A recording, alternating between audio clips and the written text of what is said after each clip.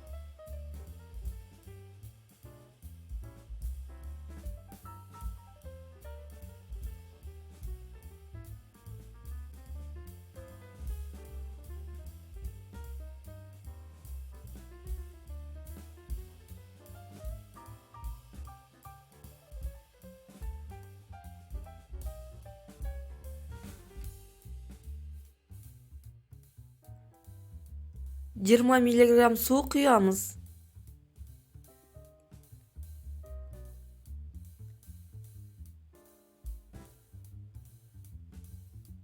Екі кіші қасықпен қопсытқыш және 180 грамм ұн қосып жақсылап араластырамыз.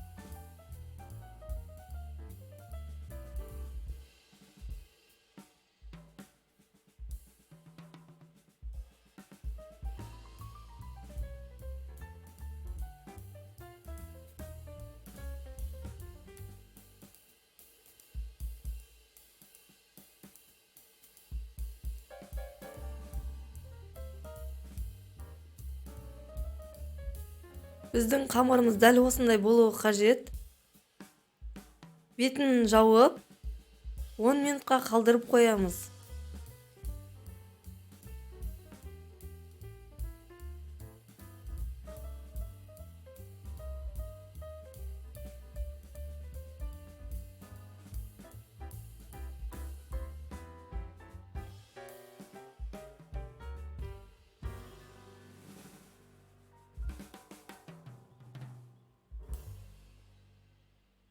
Он минуттан соң қызып тұрған құрғақ табаға екі бетін пісіріп аламыз.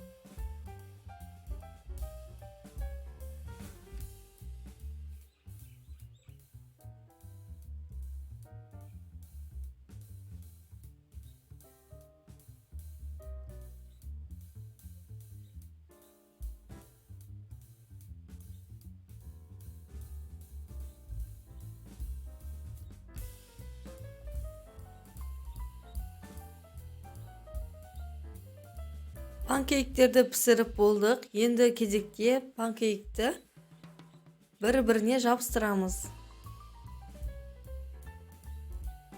Екі панкейкті алып, арасына шоколад пастасын немесе жаңғақ пастасын жағып, бір-біріне жауып, шеттерін жабыстырып шығамыз.